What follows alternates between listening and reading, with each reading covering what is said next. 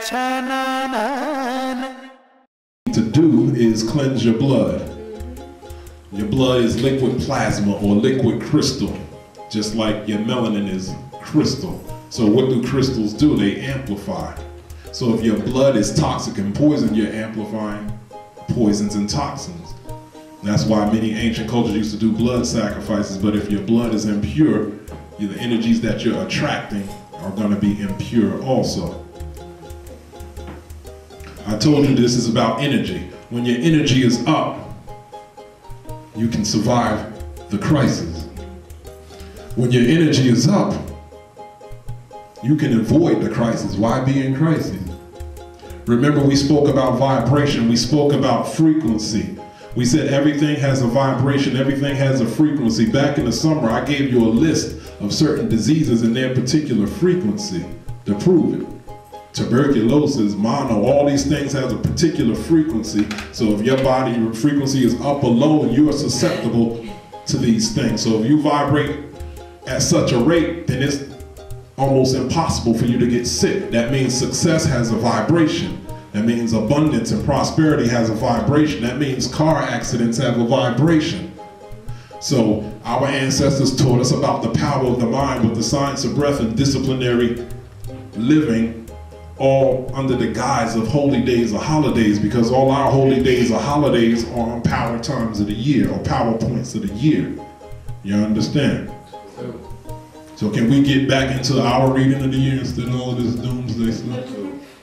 Okay. So back to our reading of the year. Our reading, the foundation is Geb. Geb talks about our physical circumstances. Urat is that snake that's on the brow of the kings, on the brow of certain deities. On the sun, if you see a serpent rising up, that's Urat. It represents spiritual intelligence. So that's the foundation of the matter. It's telling us not to go off half-cocked on information. We live in the age of information. We just got into that. Y'all heard that 2000 something is going to happen. You heard it, like you heard. You have to start discerning the truth, because information is facts, but you have to discern the truth from the facts that's presented to you. Facts don't equal the truth. Lawyers can make facts, they can manipulate facts. They can make the truth seem like a lie and a lie seem like the truth. So it's not about the facts. It's about being able to discern the truth for you inside the facts. So how do we do this? It tells us about Orset. Orset. In the house of Orset, Kepler came up, transformation. Orset deals with emotions. But Orset is also the deity of devotion. It's no coincidence that emotion rhymes with devotion, and it's both connected with Orset. Orset represents devoting yourself to your spirituality or nurturing your inner divinity. Devoting yourself to your spiritual principles. When you devote yourself to true spirituality, you purify your heart.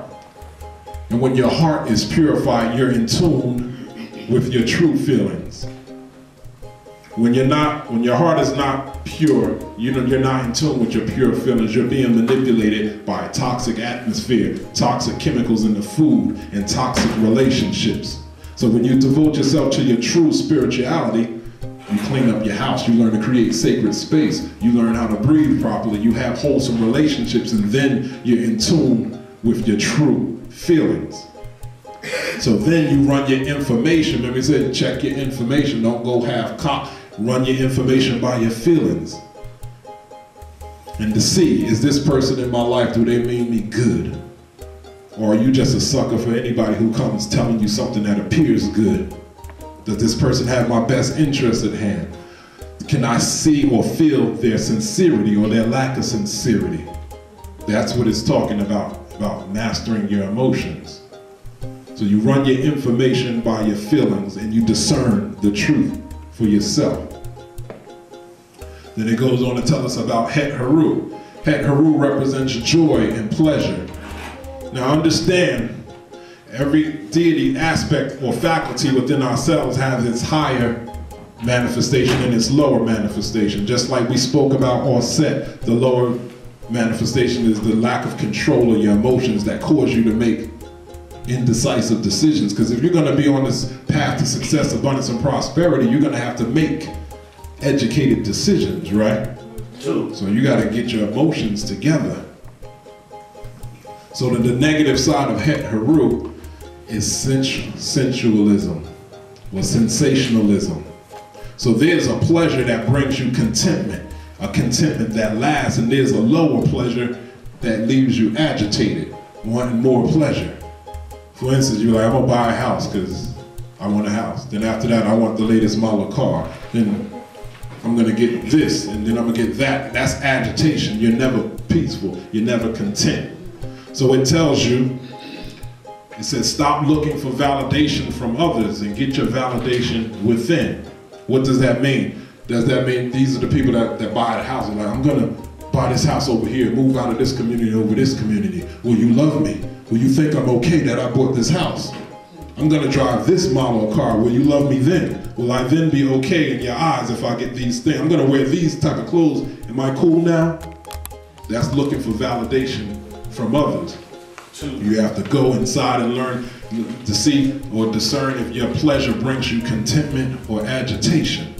It said, then the synthesis of these equals het-heru, which is abundance, success, abundance, and prosperity. You see, you could get the success, abundance, and prosperity if you take that advice on mastering your emotions and putting your pleasure in proper perspective.